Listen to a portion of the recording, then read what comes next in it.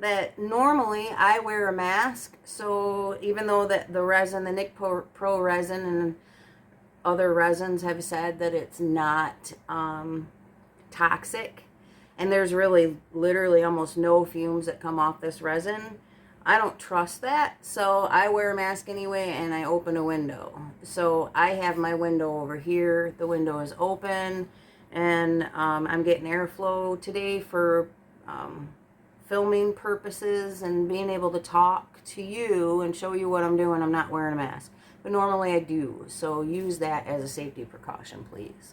I am about to pour some resin. I have 2 pyramids that I'm going to go with here, and I don't want a whole lot in the tips, so I'm not going to mix very much, but I use Nick Pro resin, and it is a 1-to-1 ratio by volume, not by weight. There's a difference with every single resin. You need to follow the instructions that they give you for their product, because it's all different, and there's where people are messing up and making mistakes and getting a whole lot of waste, and it's expensive.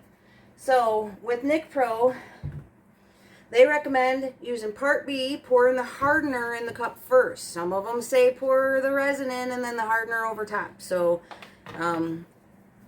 I have done it, followed their directions, and not had any issue whatsoever. So this is actually too big of a cup. I'm going to start out by pouring 40 milliliters, so 20 milliliters of each. And with this, there is the more that you pour, there is a little bit of a give, which is not a problem, where if you go over slightly, but the less you pour, the more accurate you have to be. I've not had any trouble with this stuff not setting up, because I mix it really thoroughly, and I usually get my portions, my rations on both sides correct. So that's what I'm doing here, is making sure that I get right on that 40 milliliter mark.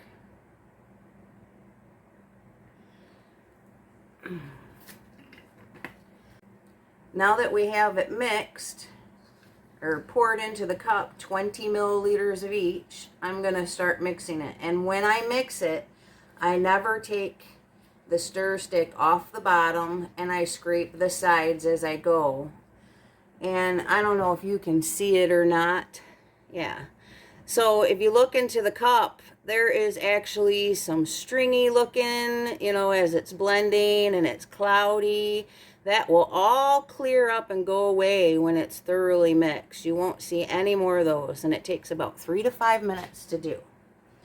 So that's what I'm going to be doing. And like I said, scrape the cups. I am now going to take a coffee cup and put a little bit of warm water or hot water, however you want to do it, but I use about the temperature of coffee, a nice cup of coffee. So I'm going to go and put some water in this, and then I'm going to put this in there, so you don't need a lot of water, so that it warms this while I'm doing it. I only do that when I do the pyramids, the casting, because it helps get the bubbles out. I don't need to do this, and would rather not when I'm actually making a painting with this resin, because it gives me longer working time. So I have just the smallest amount of coffee temperature water in this cup, and I'm just going to set this cup right down in there, making sure that I do not get water mixed in with my resin, because that is a no-no. Resin does not like water. So be very careful while doing this.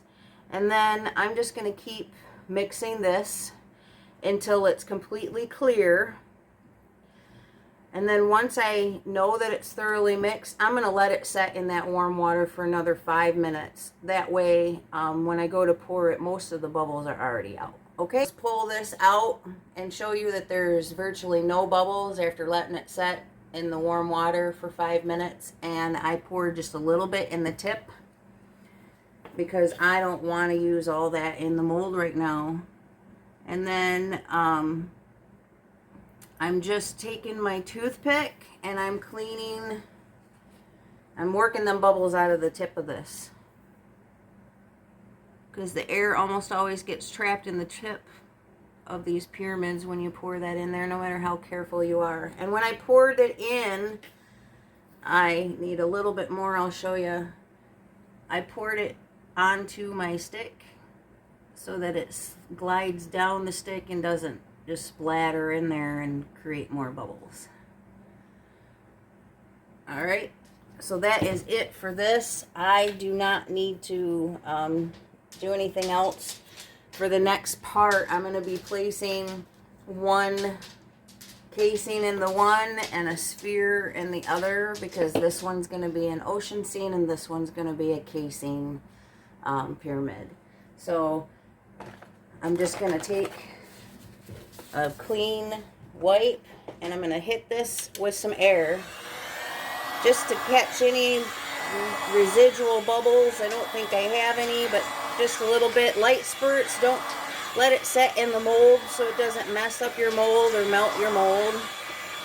I just spurt, and go back and forth between them. I don't let it set and rest. And then, because it splatters the resin a tad bit, I kind of clean up the sides on the inside. And prior to pouring anything in this, I wipe these down with alcohol wipes to get any dust or debris. They're silicone, they tend to collect.